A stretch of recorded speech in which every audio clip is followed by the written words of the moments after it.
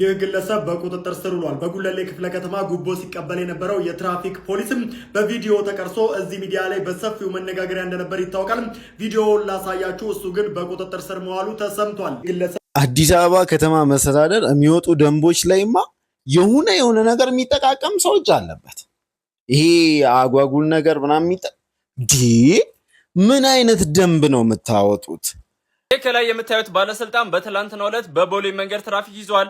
እሱም መስኮቱን አልከፍትም በማለቱ ምክንያት የቦሌ መንገድ በትላንትናው ዕለት ለረጅም ሰዓት ተጨናንቆ ቆይቶ ነበር ማለት ነው። እና ትራፊኮችም ለረጅም ሰዓት ክፈት አትክፈት የሚል ጭቅጭቅ ውስጥ ገብተው ነበረ።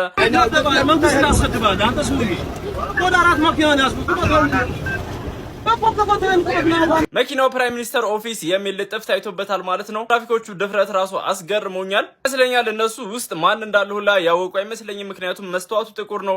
ሜቢ ፕራይም ሚኒስተሩ ሊሆን ይችላል፣ ወይ ምክትል ጠቅላይ ሚኒስተሩ ሊሆን ይችላል፣ ወይ ሌላ ሰው ብቻ። የቀነኒ ቤስት ጓደኛ የነበራችሁ ኢትዮጵያ ውስጥ ያላችሁ ቲክቶከሮች እያንዳንዳችሁ ራሳችሁን ታውቃላችሁ። ለምንድን ነው ዝምታ የመረጣችሁት? ልጅቷ ለ2 ዓመት ውስጥ ዘመናዊ እስር ቤት ቁጭ ብላ ለምንድን ነው እናንተ ዝምታ የመረጣችሁት?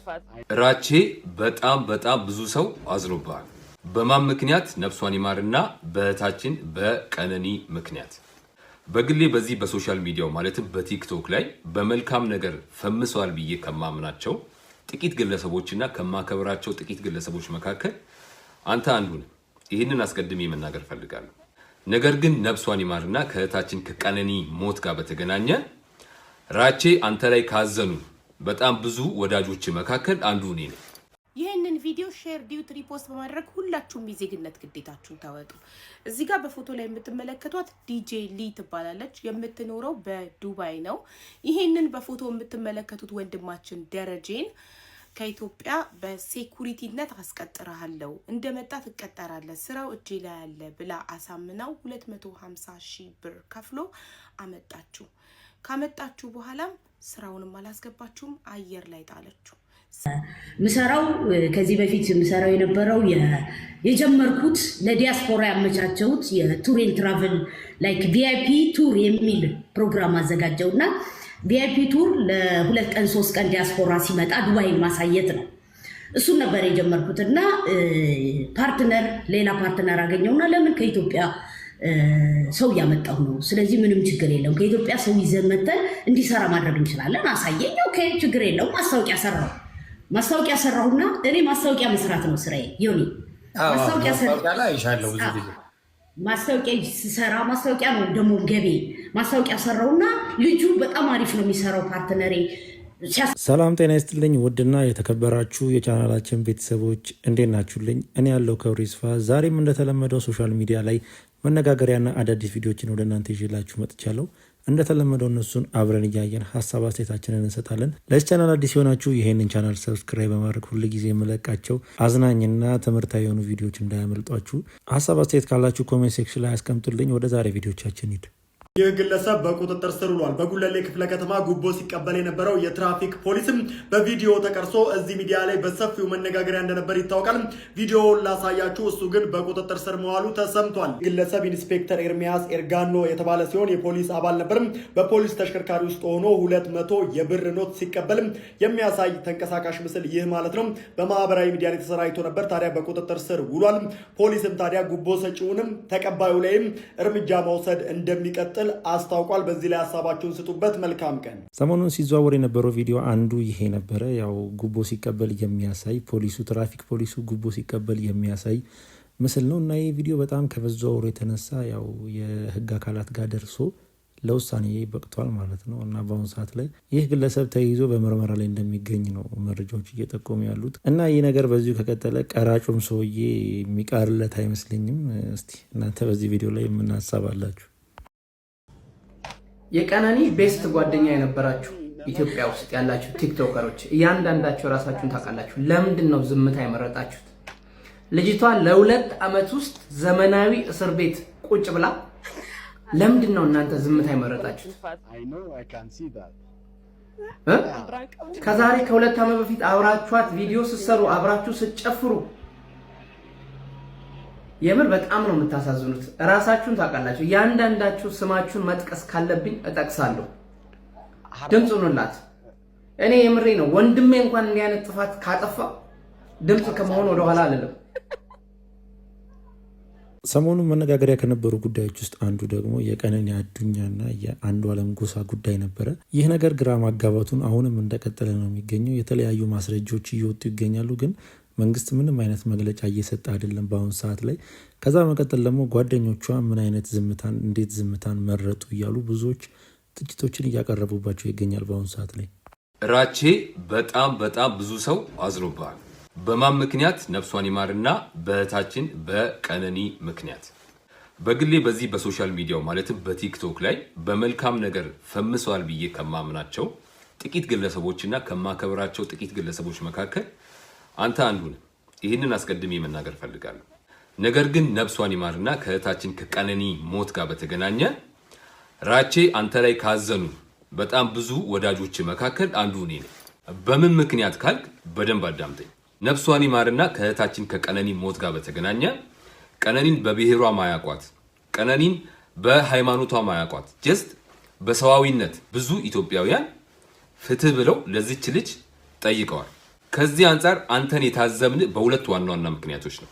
የመጀመሪያው እንደ አንድ የኦሮሞ ቲክታከር፣ ሁለት በዋነኝነት ደግሞ ከቀነኒ ጋር ትቀራረባለህ፣ አብረ በልተሃል፣ አብረ ብዙ ነገር አሳልፈሃል፣ በጣም ትተዋወቃላችሁ እና እንዴት በዚህ ልክ የምትቀርባት የምታቃት አብረ የበላ አብረ የጠጣት ጓደኛ ኦር የምታቃት ቀነኒ በዚህ መንገድ በጣም በሚያሳዝን ሁኔታ ህይወቷ አልፎ ጭራሽ ማያቋት ኢትዮጵያውያን ማለት ነው በዘርም በሃይማኖት የማይገናኟት በሰባዊነት አዝነው ፍትህ እየጠየቁላት እንዴት አንተ አንድ ቪዲዮ በራሴ የቲክቶክ ፕላትፎርም ላይ ወጥተህ ፍትህ ብለህ አንድ ቪዲዮ ለዚች ለእህትህ በግፍ ለተገደለችው አብረ በልታል አብረ ጠጥታል ለሷ እንዴት ፍትህ ብለህ አንድ ቪዲዮ መስራት ከበደ ነው? እንግዲህ ይህ ጥያቄ የብዙዎች ጥያቄ ይመስለኛል። እንዴት ዝምታን መረጠ? እሱ ብቻ ሳይሆን ጓደኞቹ የተለያዩ እንደዚሁ ቲክቶክ ላይ የሚሰሩ እንደ መስኪ መንጌ ያሉ ቲክታከሮችን ዝምታ መምረጣቸውን በጣም ብዙ ሰዎችን እያስገረመ ይገኛል። በአሁኑ ሰዓት ላይ ፈርተው ነው ብዬ ነው ማስበው። ያው ነገሩ ወደ ፖለቲካ ያመራ ይመስለኛል በአሁኑ ሰዓት ላይ እና ምን ታስባላችሁ? ይህ ነገር ዝምታን መምረጣቸው አግባብ ነው ብላችሁ ታስባላችሁ? ይህንን ቪዲዮ ሼር፣ ዲዩት፣ ሪፖስት በማድረግ ሁላችሁም የዜግነት ግዴታችሁን ተወጡ። እዚህ ጋር በፎቶ ላይ የምትመለከቷት ዲጄ ሊ ትባላለች። የምትኖረው በዱባይ ነው። ይህንን በፎቶ የምትመለከቱት ወንድማችን ደረጀን ከኢትዮጵያ በሴኩሪቲነት አስቀጥረሃለሁ፣ እንደመጣ ትቀጠራለህ፣ ስራው እጄ ላይ ያለ ብላ አሳምናው 250,000 ብር ከፍሎ አመጣችሁ። ካመጣችሁ በኋላም ስራውንም አላስገባችሁም፣ አየር ላይ ጣለችው። ስራው የለም። ከኢትዮጵያ ከቤተሰቦች 1,000 ድርሃም በኢትዮጵያ 40,000 ብር አስመጣና የደላላ ትከፍልና ስራ ትገባለህ ብላ ተወችው። ወንድማችን ተራበ፣ ተጠማ፣ የትራንስፖርት አጣ፣ ጎዳና ላይ ወደቀ በሰው ሀገር። እናም ትናንትና እኔ ቤት መጥቶ አዝኖ በጣም ችግሩን ነገረን። ራበኝ አለን። ኢማጅን በሰው ሀገር ምግብ ራሱ መስጊድ ተሰልፎ ነበር ምግብ ሲበላ የነበረው። እሱንም ረመዳን ስለሆነ፣ ረመዳን ባይሆን መስጊድ ውስጥም ምግብ አይሰጥም። እና ነግሮኝ ላገዛችሁ በሙሉ እጅግ በጣም አድርጌ ያመሰግናለሁ።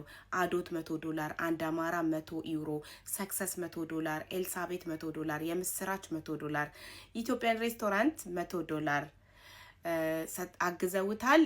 እና ሳራ አልሐበሻ ደግሞ ስራ ልታስገባውና ስራም ካልተገኘ በሷ ወገኖች አሰባስባ ኢቃማ መኖሪያ ፍቃድ እንደምታሰራለት ቃል ገብታልናለች። ሳርዬ ደግሞ ቃሏን አክባሪ ናት፣ ታደርገዋለች። ሃኒ ፋሽን አስቤዛ ታደርግለታለች። መሲ ብሪጅስቶን ልብሶች ገዛዝቼ በድራይቨር ወስድለታለሁ ብላለች። ወስዳዋለችም እሷ ጋር ዛሬ ፎቶ ልካልኛለች ዋትስአፕ ላይ። ኤምኬ ደግሞ ቤት አፈላልግለታለሁ ብሏል። እጅግ በጣም አድርጌ ያመሰግናለሁ ውዶቼ፣ ሁላችሁንም ተባረኩ። ወንድማችን አይዞክ፣ ስራም ይገኝልሃል፣ እንባክ ይታበሳል። እናንተም ህገወጥ ደላሎች ብሩን ብቻ እያያችሁ ዝም ብላችሁ እያመጣችሁ ወገናችሁን በሰው ሀገር ሜዳ ላይ የምትበትኑ ስንት ሰው እያበደ ነው? ስንት ሰው ተመልከቱ እስኪ። አረ ይብቃችሁ ፕሊስ። እኛም አንድ ላይ ተባብረን ህገወጥ ደላሎችን እንከላከል እባካችሁ። ቴንክ ዩ። እንግዲህ ቪዲዮ እንደሰማችሁት ነው። ዲጄ ሊ የምትባል ኢትዮጵያዊ ድምፃዊ ወይ ደግሞ ሙዚቀኛ ናት። ሁላችሁም ታውቃታላችሁ ብዬ አስባለሁ። ና ልውሰድህ ዱባይ ሀገር ላይ ስራ ላስቀጥርህ ብላ 250,000 የኢትዮጵያ ብር ከተቀበለችው በኋላ ያው ጎዳና ላይ ጥለዋለች ነው የሚሉት መረጃዎች። እና እስቲ ከራሷ አንደበት ደግሞ ከራሷ ከዲጄሊ አንደበት እንስማው እስቲ። የተፈጠረውን ነገር እስቲ ዘግቢ። ምንድነው የተፈጠረው? የተፈጠረው እንግዲህ እኔ የሚገርመው የምሰራው ከዚህ በፊት ምሰራው የነበረው የጀመርኩት ለዲያስፖራ ያመቻቸውት የቱር ኤንድ ትራቨል ላይክ ቪአይፒ ቱር የሚል ፕሮግራም አዘጋጀው እና ቪአይፒ ቱር ለ2 ቀን 3 ቀን ዲያስፖራ ሲመጣ ዱባይ ማሳየት ነው። እሱን ነበር የጀመርኩት እና ሌላ ፓርትነር አገኘውና ለምን ከኢትዮጵያ ሰው እያመጣሁ ነው፣ ስለዚህ ምንም ችግር የለውም ከኢትዮጵያ ሰው ይዘን መተን እንዲሰራ ማድረግ እንችላለን አሳየኝ። ኦኬ ችግር የለውም። ማስታወቂያ ሰራሁና እኔ ማስታወቂያ መስራት ነው ስራዬ። ዮኒ ማስታወቂያ ስሰራ ማስታወቂያ ነው ደግሞ ገቤ። ማስታወቂያ ሰራውና ልጁ በጣም አሪፍ ነው የሚሰራው ፓርትነሬ፣ ሲያስገባቸው ስራ አይቻለሁ፣ አምጥቶ ሲቀበላቸው አይቻለሁ። ይሄ ሁሉ ስለማደርግ ኦኬ አለና ይሄን ማስታወቂያ ስሰራ በእኔ ሰው መምጣት ጀመረ። ዮኒዬ ሲጀመር እኔ አልሰጥም ቪዛ ምናምን፣ ልጁ ነው ቪዛቸውን ሰጥቷቸው ኤቭሪ ቴክ ኬር ያደረጋቸው እሱ ነው። ለእሱ አስተላልፋለሁ ኤቭሪቲንግ ማለት ነው።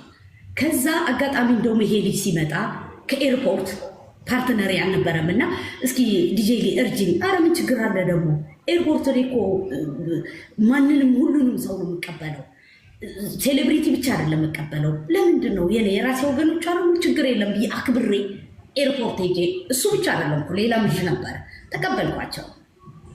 ከተቀበልኳቸው በኋላ ተቀብዬ መጥቼ እንደውም ቀጥታ ወደ ካምፓኒ ነበር የምንወስዳቸው። ምሳ አብልቻቸው ችግር የለም ብዬ ምሳ በልተው ከዛ በኋላ መሄድ ያለባቸው ወደ ካምፓኒ ነው የሚሄዱት። ወደ ካምፓኒ እንዲሄዱ አደረግን። ዮኒ የትኛው እኔ ሲጀመር ማለት ነው የትኛው እንትን ነው እኔ አምጥቼ ዱባይ ላይ ጥዬ ልጁን እንትን ካምፓኒ ስራ ላይ እየሰራ ያለ 15 ቀን ሆኖታል እኮ ደሞዝ ሊቀበል 15 ቀን ሌላ ቀን የቀረው ልጅ ነው።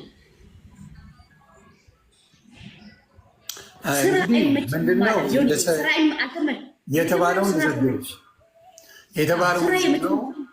250 ሺህ ብር አካባቢ ለፕሮሰስ ማድረጊያ ተቀብለዋለች ነው። አንቺ ነሽ የተቀበልሽው ወይስ ሌላ ሰው ነው? ልጁ ቢኖር ደስ ይለኛል። ብትገባ ልጁ ካለ ግባ፣ ችግር የለብኝም። ሁለታችሁን ብታወሩ። ስድባችሁን አቁሙ። በኮመንት ስድብ ምንም አታመጡ። ዋናው እንነጋገርበት። ቮይስም አለ የተነጋገርሽበት፣ ገባሽ? ቮይስ አለ፣ ተነጋግረሻል ከሱ ጋር ብዙ ነገሮች ሆኗል አይደለ? ስለዚህ ከተነጋገራችሁ ምንድን ነው አሁን የተነጋገራችሁት ላይ ችግር የተፈጠረው ምንድን ነው? ያንን ቃል እንዴት ነው ለአንቺ የላከው ለፓርትነርሽ? ያንን ገንዘቡን ሲልከው ቀጥታ የሚገባው የፓርትነሬ አካውንት ላይ ነው የሚገባው። የአንቺ ስም የለበትም? የኔ ስም የለበትም። ፓርትነሪ አካውንት ላይ ነው የሚገባው። እሱም እኮ ተመንዝሮ ነው ከዛ ትኬት ቪዛውን ሁሉ ነገር የሚጨርሰን። ጭራሽ እዚህ መጡ። እንደዛ ብለሽ ነው ግን ለእሱ የነገርሽው? በፓርትነርሽ እንደሆነ በፓርትነርሽ በኩል እንደሆነ አድርገሽ ነው ያስረዳሽው? ኦፍኮርስ ከዚህ መጥቶ ከፓርትነሬ ጋር እኮ አውርቷል። የሚገርም ማለት ነው ዮኒ፣ ከፓርትነሬ ጋር እኮ ሁሉ ተገናኝቶ ስራ ሁሉ ሲያማርጥ አልፈልግም ይሄን አልሰራ ሲል ኦኬ ተብሎ ለደላላ እንደገና 1000 ድራም ተከፍሎ ሌላ ስራ ሁሉ ሲለውጥ እኮ ከኛ ጋር የነበረ እኔ የእውነት አንድ ነገር ልንገር ዮኒ፣ ልጁ በእውነት በጣም በክርስትና እምነት ውስጥ ያለ ጥሩ የኦርቶዶክስ ልጅ ነው። እንደዚህ ብሎ የሚልም አይደለም። እርግጥ ነው ብር ለማግኘት ተብሎ ወይም ደግሞ ኤክስትራ ያለበት ስራ ላይመቸው ይችላል። ካምፓኒ እንዴት ነው መንገድ ላይ የጣሉ? ካምፓኒ ውስጥ እየሰራ ያለ 15 ቀን ቀርቶታል ደሞዝ ሊበላ። ጋርድነት አስቀጥራለሁ ነው ያለችኝ። ያለው ነገርስ ስትመጣ ጋርድ አድርጌ አስቀጥራለሁ ብላኛለች ብሎ እሱንስ ምንድን ነው? እሱን እናውራ። ታፕታፕ እያደረጋችሁ ፋሚሊ ፕሊዝ። ብቻ ቪዲዮን አጠር እናድርገውና ዲጄሊ ምንም አላደረግኩትም እኔ ምንም ጥፋት የለብኝም እያለች ትገኛለች። ግን ያም ሆነ ይህ ነገሮች ሁሉ ለበጎ ሆነዋሉ። ልጁ አሁን ላይ ጥሩ ነገር ተደርጎለት ያው ዱባይ ላይ ነገሮች ተመቻችተውለት እየኖረ ይገኛል። ያው በመግቢያችን ላይ እንደሰማችሁት ማለት ነው። እና ነገሮች ሁሉ ለበጎ ሆነዋሉ። ዋናው የሚፈለገው እሱ ነው። ለማንኛውም ምርጦች የዛሬ ቪዲዮቻችን እነኝን ይመሳስሉ ነበረ። ቪዲዮቻችን እንደተመቻችሁ ጥርጥር የለኝም። ቪዲዮ ከተመቻችሁ ላይክ፣ ሼር፣ ሰብስክራይብ ማድረግ እንዳይረሳ። በተለይ ሰብስክራይብ በማድረግ የቻናል ቤተሰብ እንዳይረሳ። ሀሳብ አስተያየት ካላችሁ ኮሜንት ሴክሽን ላይ አስቀምጡልኝ። በቀጣይ ቪዲዮ እስክንገናኝ ድረስ ሰላም ቆዩልኝ።